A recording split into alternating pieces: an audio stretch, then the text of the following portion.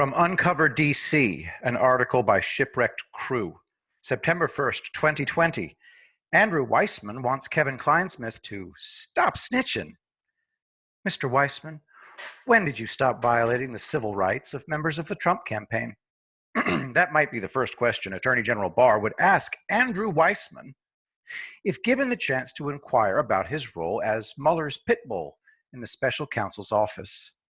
Andrew Weissmann is a relative newcomer to Twitter, only signing on recently after the end of his government service when he became a faculty member at NYU Law School. His contributions via Twitter are 100% anti-Trump and anti-Barr. They go hand in hand with his email to Sally Yates after she was fired by Trump for refusing to enforce his executive order prohibiting travel into the U.S. from certain countries deemed to be state sponsors of terrorism. Weissmann wrote to her, "I am so proud and in awe. Thank you so much." Those two bookends, his Yates email and current Twitter activities, establish beyond a doubt that Weissmann was an anti-Trump ideologue during his time as a senior member of Robert Mueller's Special Counsel Office, SCO. He has made no efforts to hide his bias, and I do not accept for a single moment any claim that he navigated his duties with the SCO in a fair and impartial manner. Andrew Weissmann had one goal in mind: finding a way to indict or otherwise drive Donald Trump from office. In that regard, he had an ally. Kevin Clinesmith was a member of the FBI Office of General Counsel, assigned to the National Security and Cyber Law Branch. Clinesmith was assigned by the FBI as the primary legal advisor to Operation Crossfire Hurricane, hereinafter CH. Kevin Clinesmith pled guilty to a single count, information charging him with having made or used a false writing in connection with a federal investigation. On June 19th, 2017, Clinesmith altered the wording of an email received by him from another intelligence agency and then forwarded the altered email to a, quote, supervisory special agent, SSA, of the FBI. The changes made by Clinesmith resulted in the SSA's mistaken belief regarding Carter Page's status with that other agency, and as a result, the SSA's affidavit to the Foreign Intelligence Surveillance Court was inaccurate due to Clinesmith's alteration. There are several corollary issues tied up in this episode, and I'll deal with those further down in this story. But I first want to address some wild and uninformed speculation about the status of Clinesmith vis-a-vis the ongoing investigations initiated by Attorney General Barr into various aspects of the origins of CH and all that came after. I don't have any first-hand information, but I have 22 plus years experience doing exactly what is the Durham investigation has likely just done. A federal prosecutor does not file an information without first having in place three things. 1, an agreement by the defendant to waive indictment. 2, an agreement as to the specific crime the defendant will plead guilty to. And 3, an agreement as to the factual basis the defendant will admit to in order to support the guilty plea. Those three items are agreed to in advance and are generally the result of extensive conversations and negotiations between the defendant's attorney and the prosecutor. The prosecutor never enters into that agreement unless he or she is certain as to the full scope of potential criminality in which the defendant was involved. That means the defendant has sat down with the case agent, prosecutor, and answered every question put to him. Those questions are not limited to just the incident to which the defendant will later plead guilty. The questions go back to the beginning, and the defendant, who is hoping for the best possible outcome, will, in almost all instances, answer every question, especially when he has no meaningful defense to the most obvious charge and the prosecutor has the keys to the jail cell in his hand. Kevin Clinesmith does not think he was involved in a criminal enterprise that targeted Donald Trump, the Trump campaign, or anyone else. Clinesmith knows he did something wrong, but Clinesmith sees everything that went on during CH as a legitimate federal counterintelligence investigation. For that reason, Clinesmith has no reluctance to answer all the questions John Durham's investigators have for him because there is nothing to hide from his perspective. He does not see anything fundamentally improper, much less illegal, about what Operation Crossfire Hurricane was attempting to uncover. But Clinesmith doesn't know everything that John Durham's investigators know. And John Durham's investigators might not have solid evidence for things that Clinesmith does know. What was said behind closed doors by certain individuals directing the investigation both before and after the special counsel's office took over the case. Clinesmith's value in the form of cooperation is not what most people seem to believe cooperation must consist of. Durham was not going to have Clinesmith arrange to have lunch with Andrew Weissmann and then send him in carrying a digital recording device and instructions to get Weissmann to discuss all the fun times they had figuring out how to entrap General Flynn. From Clinesmith, the cooperation Durham sought was likely nothing more than information. Clinesmith is a pair of ears that John Durham otherwise doesn't have. He's someone who was a body in the room when others were talking, making decisions, and giving directions. Clinesmith wasn't a person giving directions, but he was one of the guys who was told what to do by Andrew Weissmann's and Jeannie Rees of the SCO, after he was one of the guys told what to do by the Peter Strucks and Andy McCabe's of the FBI. Why? Other than the obvious reasons, is this fact of importance to investigations started by Attorney General Barr, including the Durham investigation? Well, that requires a bit of law-splainer on what is known as a federal criminal conspiracy. Generally speaking, a criminal conspiracy is an agreement by two or more people to commit one or more crimes, combined with an overt act taken by one or more conspirators in furtherance of carrying out the purpose of that agreement. But for purposes of understanding the importance of Clinesmith to Durham and others, the most significant factor to understand is the question of how a prosecutor builds and proves a conspiracy case.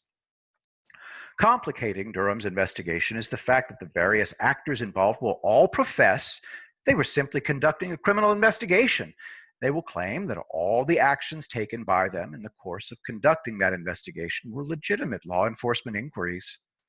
Durham needs someone who tells the same story the targets would tell, but maybe tells it in a way that is not so self-serving. This is where the evidentiary rules for proving a conspiracy come into play. First, the agreement between two or more persons to commit one or more crimes does not need to be an express agreement. It is not necessary for the evidence to be that the co-conspirators talked about the crime, then intended to commit, and then verbalized or memorialized in writing an agreement to commit that crime. A typical jury instruction in federal court on the crime of conspiracy includes some form of the following language. 1, for a conspiracy to have existed, it is not necessary that the conspirators made a formal agreement or that they agreed on every detail of the conspiracy. 2, one becomes a member of a conspiracy by willfully participating in the unlawful plan with the intent to advance or further some object or purpose of the conspiracy, even though the person does not have full knowledge of all the details of the conspiracy. 3, an overt act does not itself have to be unlawful. A lawful act may be an element of a conspiracy if it was done for the purposes of carrying out the conspiracy. The government is not required to prove that the defendant personally did one of the overt acts. Against the backdrop of what a jury would be told, there are many appellate court decisions on the subject which have some form of the following comment. An agreement to commit a crime can be explicit or tacit and can be proved by direct or circumstantial evidence, including inferences from circumstantial evidence. That is why Clinesmith is of value to an investigation. It is highly unlikely that Durham or any other prosecutor going back through the CH investigation is going to find overt or direct evidence that any of the participants entered into an explicit agreement to violate a federal statute. But in many instances, that is not the method by which the existence of a conspiracy is proven in a federal criminal trial. Concerted actions, circumstantial evidence, and inferences that can be drawn therefrom are the foundations upon which federal criminal conspiracies are often proven. What about intent to commit a crime? A reader might ask. Again, the law recognizes that intent is a matter of what was in the defendant's mind at the time the action was taken and is not subject to direct evidence unless the defendant confesses. So intent is most often established by circumstantial evidence and the reasonable inferences that can be drawn from such evidence. That takes us back again to what Clinesmith can tell Durham about what he heard from others and what he saw while working on Crossfire Hurricane. All of that is potentially circumstantial evidence that would support a concerted action or tacit agreement approach to proving the existence of a conspiratorial agreement. When you look at the history of the investigation and Clinesmith's function and role over time, you see the potential for Clinesmith to have been a wealth of information, much greater than if you just focused on his job function. The Crossfire Hurricane investigation was originally based out of FBI HQ, as was explained by the Inspector General's report on 4 FISAs. Quote, Counterintelligence Division, CD, officials originally decided to conduct the investigation out of FBI headquarters rather than out of one or more field offices, which is more typical. The original team from multiple field offices who were assigned to headquarters for 90-day temporary duty assignments, TDYs. Clinesmith was stationed in FBI headquarters. He did not need to be assigned to Crossfire Hurricane from another location. Although not technically an agent or an analyst, Clinesmith was a professional support staff member assigned to work with the Crossfire Hurricane team. Clinesmith was involved in many aspects of the investigation as it developed from the beginning. Because he was normally assigned to FBI headquarters, Clinesmith remained a constant in the investigation, even as other team members rotated back to their normal assignments. As the IG noted, quote, following the November 2016 U.S. elections, the 90-day TDY assignments ended. CD reorganized the structure of the Crossfire Hurricane investigation by transferring the day-to-day operations of the 4 individual investigations to 3 field offices and dividing oversight of the investigations between 2 operational branches at FBI headquarters, end quote. Peter Strzok, having overall supervision of Crossfire Hurricane, was at FBI HQ, and Clinesmith was at FBI HQ. Clinesmith was a constant because he didn't come to CH from another field office, and he remained working on CH when the 4 components were shifted to field offices with oversight of the investigations in FBI headquarters. But there was then a 3rd iteration of staffing as noted in the IG. Quote, in April 2017, CD, Counterintelligence Division, again reorganized the Crossfire Hurricane investigation by restructuring the day-to-day operations of these cases back at FBI headquarters to re-centralize the case. To restructure the investigation at headquarters and to impose greater structure on the team's investigative and analytical efforts, end quote. As of April 2017, CH was back being run out of FBI headquarters and Clinesmith remained with the investigation, now in its 9th month.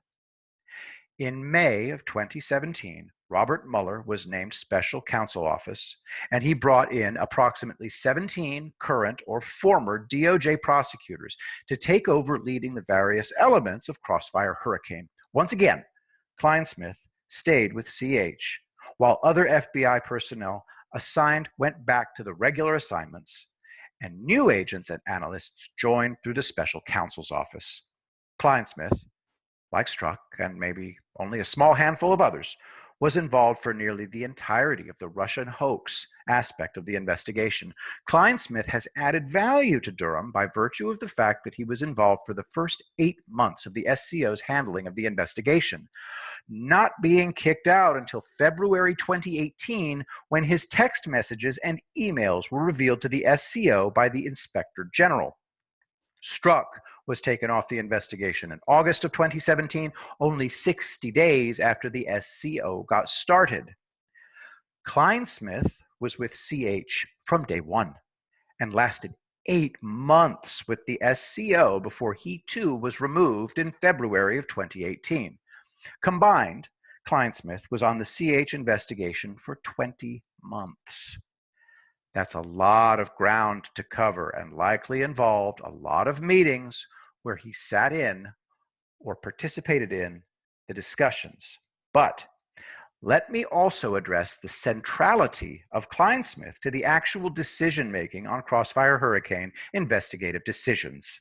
I have said on Twitter and in other writings that I do not believe that Clinesmith had leadership or otherwise significant operational role in how CH was pursued.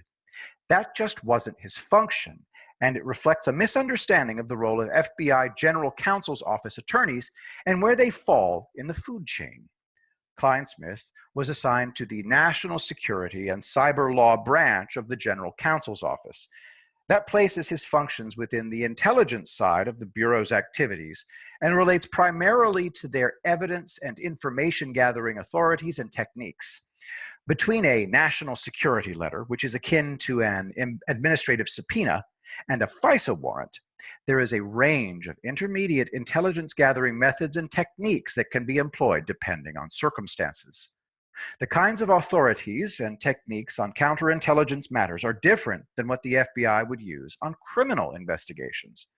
When they have questions involving criminal matters, they generally will call the AUSA, Assistant United States Attorney, assigned to the investigation, or some other AUSA they know, and get advice and answers. But DOJ does not have a robust staff of prosecutors or other attorneys who handle intelligence matters, because intelligence matters do not normally end up in prosecutions. So, the FBI's legal expertise on those subjects is in-house. People like Clinesmith.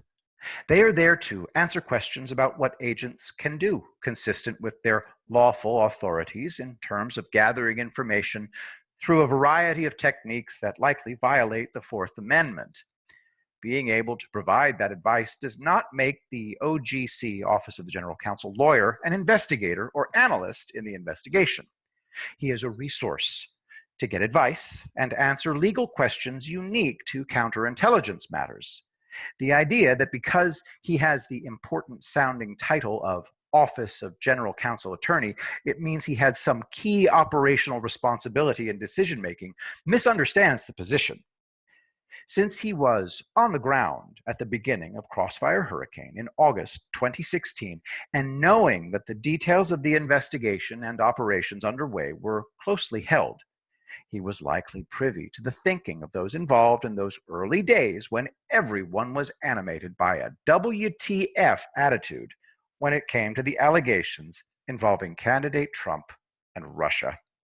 The early days of Crossfire Hurricane are where a lot of corners were cut, including the eventual reliance on the Steele dossier, which the FBI could not itself verify. All they had was Steele's word that his sourcing was solid and the allegations of the dossier were based in fact. Discussions among the FBI team on how to deal with Steele's information and how to describe Steele to the FISA court would be very interesting to Durham and his investigators, since we know that a decent amount of obfuscation was employed in the initial application. Whose idea was that, and why? Beyond their self-professed justifications, Clinesmith can describe any conversations he might have been involved with in real time, which may be at odds with the publicly stated justifications. I doubt that McCabe or Comey talked to Clinesmith directly, but Clinesmith likely spoke with others who were privy to conversations about what McCabe and Comey had said to others. In the aftermath of the election, we know there was a significant amount of panic and angst among some in the FBI working on Crossfire Hurricane over what the fallout might be once the new Trump administration was running the Department of Justice. It's likely that Clinesmith had many conversations that were of a similar nature to the text message exchanges and emails he was involved with. What sentiments were expressed by others, especially those who were in positions of being decision makers on Crossfire Hurricane? These conversations could include statements or comments that might amount to consciousness of guilt by the speakers. Durham knows that in the weeks following the inauguration, more and more evidence began to mount that the Steele dossier allegations were baseless, and the investigative steps taken in reliance on them were all unsound. Yet, the FBI and DOJ officials in place in April 2017 still used the allegations as a basis to seek the second extension of the Page FISA. Was Clinesmith involved in discussions on that decision? How was it justified? What was the view on Steele's claims, especially in light of what was learned by then from the interviews with Steele's primary subsource? Next for Durham, or maybe another investigation, as I have surmised, is what Clinesmith learned when he remained assigned to the investigation after the Mueller appointment. A critical issue there involves Mueller's hiring of 17 special counsel prosecutors and their first order of business after the SCO took over the Crossfire Hurricane investigation. Those prosecutors and any newly assigned investigators would have looked at the FBI personnel who had been on CH before the SCO and then stayed on the case assigned to the SCO as the institutional history of what had happened between July 2016 and May 2017. The SCO did not begin CH over again from scratch. They picked up the investigation at the point it was assigned to the SCO, and Clinesmith would have been central in bringing the SCO lawyers up to speed on what had been done up to that point in time. Based on my experience, and given my point of view about the role played by FBI OGC attorneys, I do not believe the SCO prosecutors would have given Clinesmith any significant responsibility in an operational respect. Remember, the SCO was the all-star team handpicked by Mueller. Clinesmith's role was to advise the FBI agents about how they could lawfully go about their investigative steps, not what steps they should take and why. That's the province of the prosecutors. But, and this is key, the fact that he is a clear Democrat partisan with an overt anti-Trump bias would have made him ideologically simpatico with the partisans like Weissmann and Rhee that Mueller brought in. As part of his bringing the SCO lawyers up to speed, it would have been all spewed forth by him as a true believer in the wildest Trump-Russia conspiracy theories that drove Crossfire Hurricane up to that point. What Weissmann fears is that Clinesmith can tell Durham what was said to him by the SCO prosecutors. Durham now has a first-person account into the machinations of the SCO in the crucial first few weeks and months when the thinking and planning were taking place with respect to digging out the evidence to prove the Trump-Russia collusion that they were convinced had to exist. What did Clinesmith tell them about problems that had developed with the sourcing behind the allegations in Steele's memos? The third Page FISA extension took place on the SCO's watch. Did members of the SCO play a substantive role in approving the application for the third extension? How much did they know about the problems? Did anyone offer a rationalization for pressing forward with the third extension? Did anyone voice an objection privately or publicly? The same pattern of questions can be put forth to Clinesmith about every aspect of his involvement in the continuing investigation during the 8 months he worked with the SCO. A prosecutor establishes inferences of intent behind explanations offered about why certain actions were taken and other actions were not. You establish the existence of a tacit agreement through showing concerted actions, all leading in one direction and with a single purpose or goal. Kevin Clinesmith and maybe others. Give those conducting Barr's investigations live witnesses to the decisions that were made and the motives for making them. It's up to the prosecutor to then weave those together to lead to certain unavoidable conclusions. Someone, or more than one, with the SCO decided it was necessary to try and erect a firewall between themselves and Kevin Clinesmith, as they clearly understood his vulnerability once William Barr was appointed Attorney General. Given what they knew the IG report on 4 FISAs would disclose about Clinesmith and the altered email, they knew he was going to be prosecuted for altering the email. They knew the page FISA had been illegitimate going back to the original application. They knew Barr would run that subject to ground, and Clinesmith would be compelled to talk. So, what did they do? They inserted a passage and footnote into the Mueller report, which basically said, Clinesmith didn't work for us. At page 13 of the report, there is the following information about how the SCO investigation was staffed. Emphasis mine. Quote, the special counsel attorneys and support staff were co-located with and worked alongside approximately 40 FBI agents, intelligence analysts, forensic accountants, a paralegal, and professional staff assigned by the FBI to assist the special counsel's investigation. Those assigned FBI employees remained under FBI supervision at all times. The matters on which they assisted were supervised by the special counsel. Footnote 1. Footnote 1, referenced here, read as follows. FBI personnel assigned to the special counsel's office were required to adhere to all applicable federal law and all department and FBI regulations, guidelines, and policies.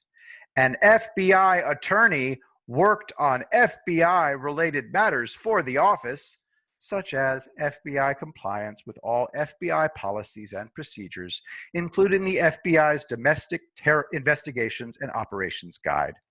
That FBI attorney worked under FBI legal supervision, not the special counsel's supervision. The FBI attorney being referred to was Kevin Clinesmith.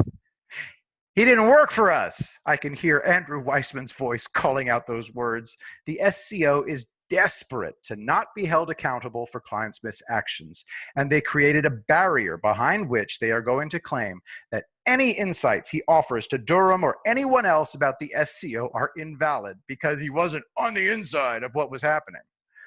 What I've tried to set forth here is not a prediction. It might turn out that Durham or others come to the conclusion that there is insufficient evidence to charge anyone with a conspiracy or other crime. I have not covered here what crimes might have been the subject of a conspiracy. I'm writing another article on that topic, but it is important to understand that any charged conspiracy must relate to the intention to commit some identifiable crime.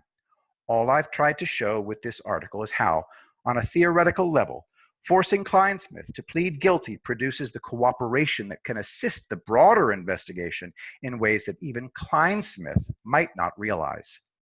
There is no need for a cooperation agreement unless some additional benefit was going to be bestowed upon Clinesmith. It's not necessary in order to obtain his testimony before a grand jury or trial. A subpoena accomplishes that.